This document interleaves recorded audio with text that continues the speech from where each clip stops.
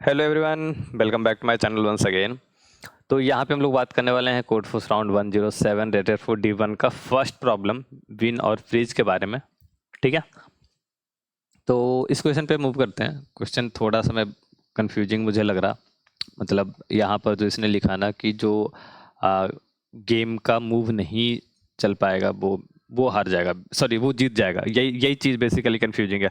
Like हमारा mind जो है बेसिकली वो मानता है कि जो नहीं मूव कर पाएगा वो हार जाता, बट यहाँ पे इसने रखा है कि वो जीत जाता। ठीक है, तो अगर मैं कभी बीच में एक्सप्लेनेशन में अगर मैं उल्टा बोल दूं तो आप समझ लेना कि वो बेसिकली इस चीज़ की बात हो रही है। ठीक है, एंड यहाँ पे मूव पहले देख लेते हैं और गेम क्या है वो समझ लेते हैं। तो गेम बेसिकली क्या हो रहा है, दो दोस्तों के बीच में हो रही है, उन दोनों को लग रही है ठंड। तो ये लोग क्या करने लगते हैं कि गेम खेलने लगते हैं। ठीक है, तो गेम कुछ इस तरीके से हो रही है कि एक पीस ऑफ पेपर है जहाँ पे क्यू एक इंटीजर लिखा हुआ है, और जिसकी भी चाल होगी ना, जिसकी भी चाल होगी, जिसकी भी मूव होगा, वो बेसिकली कोई एक नॉन ट्रिवियल डिवीजर को चूज करता है। और नॉन ट्रिवियल डिवीजर क्या कर रहा है कि वैसे डिवीजर या वैसे फैक्टर बोलूँगा मैं, जो लाइक वो नंबर इटसेल्फ ना होकर और वन भी ना हो, ऐसे लाइक जैसे अगर हम कोई भी कंपोजिट नंबर को लिखते हैं ना, तो उसके पास नॉन ट्रिवियल डिवीजर मिल जाएंगे आपको। लाइक मैं बात करूँ अगर 15 का, तो 1 3 5 एंड 15।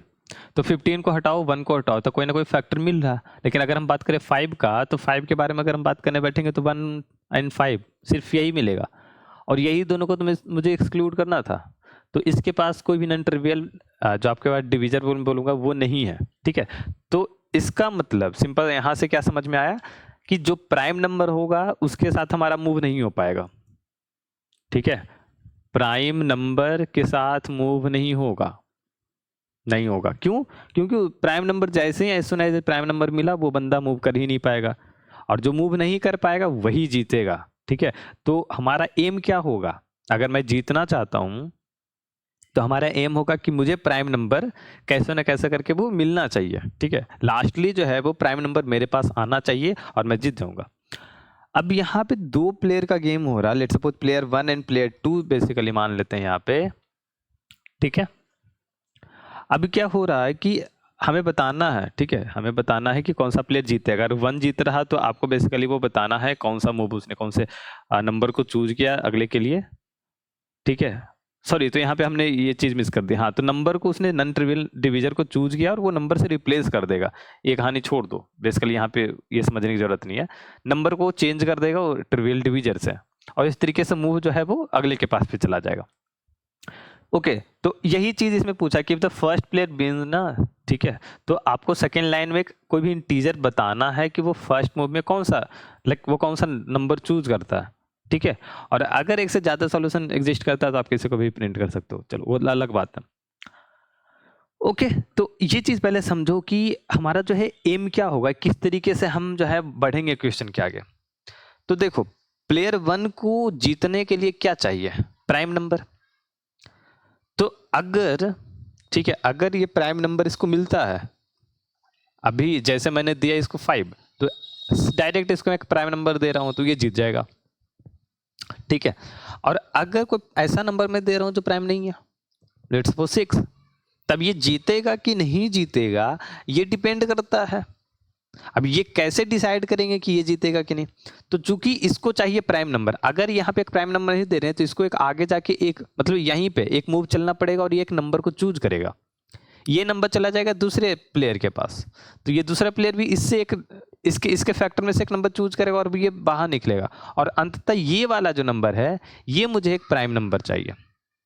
लेट सपोज ये वाला नंबर जे है। ठीक है, इसको मैं कलर चेंज करके लिखता हूँ। लेट सपोज जो फाइनल नंबर इसको मिल रहा है वो जे है, एक प्राइम नंबर, और यहाँ पे जो उसने चूज किया वो भी आई है। तो मतलब कि इसने क्या चूज किया होगा? तो इसने आई क्रॉस जे चूज किया होगा। ठीक है, आई क्रॉस जे चूज किया होगा, तो इस ये आई हटेगा यहाँ से, फिर ये फाइनली जे बचेगा और इसको जे एज ए प्राइम नंबर मिल जाएगा। तो अगर ये ऐसा कुछ करे, ठीक है, ऐसा कुछ करे कि जो गिवन नंबर है, लेट सपोज 30, जो आपका सेकंड टेस्ट केस है, तो 30 से ये कोई भी चूज कर सकता है, 1 2 3 आई थिंक 5, फिर 6, फिर 15, एंड 30 यहाँ से। अब इसने क्या देखा कि 6 को अगर मैं चूज करता हूँ तो आगे जाके बेसिकली 2 और 3 इस तरीके से टूटेगा। तो कहीं ना कहीं जब ये 6 को चूज करेगा, ठीक है, तो 30 से 6 मिला, 6 सेकेंड प्लेयर के पास जाएगा और 6 के जैसे सेकेंड प्लेयर को मिलेगा तो वो कोई भी नंबर चूज करे 6 के फैक्टर में से, ऑब्वियसली हमेशा जो नंबर इसको फाइनल मिलेगा वो यहाँ पे एज ए प्राइम नंबर मिलेगा, ठीक है। इसी तरीके से अगर हम 15 की बात करते हैं, अगर ये 6 के जगह ना चुन के ये 15 को चूज करे तो सेकेंड प्लेयर के पास क्या ऑप्शन बचेगा, 3 और 5 का, और 3 और 5 दोनों एक प्राइम नंबर है, तो ये भी एक सही है, तो अल्टीमेटली इसको क्या मिलेगा, एक प्राइम नंबर मिलेगा। तो इस जो फर्स्ट प्लेयर है इसका अल्टीमेट गोल क्या होगा, ये जानबूझ के इसी तरह के नंबर को चूज करेगा। तो मतलब मैं ये बस बोलना चाह रहा हूँ कि इस 15 को इस तरीके से ये इस 30 को इस रूप में ये देखेगा, 3 इंटू 2 इंटू कुछ है, ठीक है। अब ये कुछ है वाले को तो अवॉइड, क्योंकि जो भी ये चूज करेगा उसके आगे वो खत्म हो जाएगा पूरा। तो इसने जानबूझ के पहले फैक्टर 2 को चूज किया होगा, लेट्स सपोज, तो इसके पास क्या होगा, 30 से 2 डिवाइड होगा तो 15 मिल जाएगा।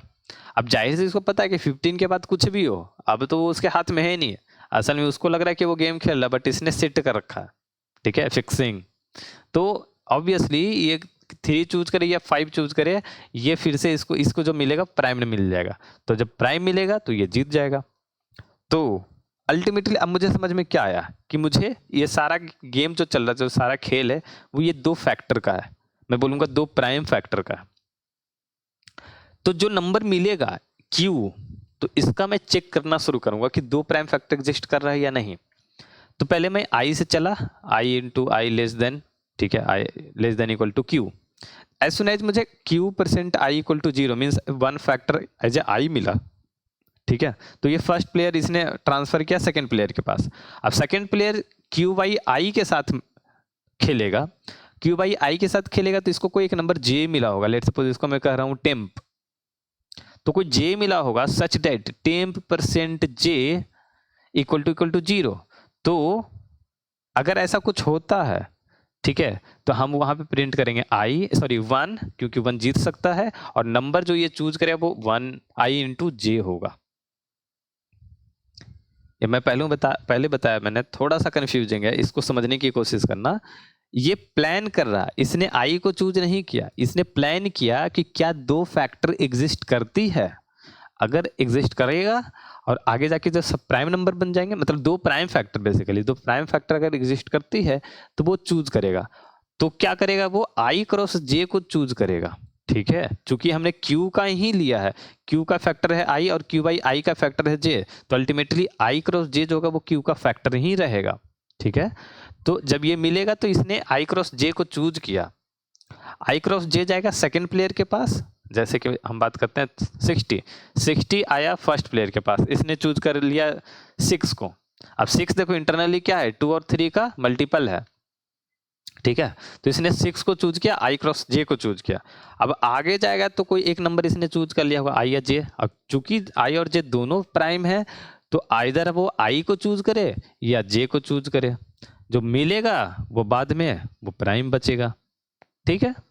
तो ये खेल हो रहा है इसमें, तो हमें बस इतना ही चेक करना था। अब मैं आपको कोड दिखाता हूँ, देखो कोड में ऐसा कुछ खास नहीं है, इसका लॉजिक वो जो था उसको समझना था, थोड़ा सा मैं बोलूँगा टिपिकल, मतलब थोड़ा सा बेचीदा है, अजीब सा है ये, बट है। तो यहाँ पे हम लोग चलते हैं, 2 से हमने मूव किया, एंड जब भी पहला फैक्टर मिला तो I है।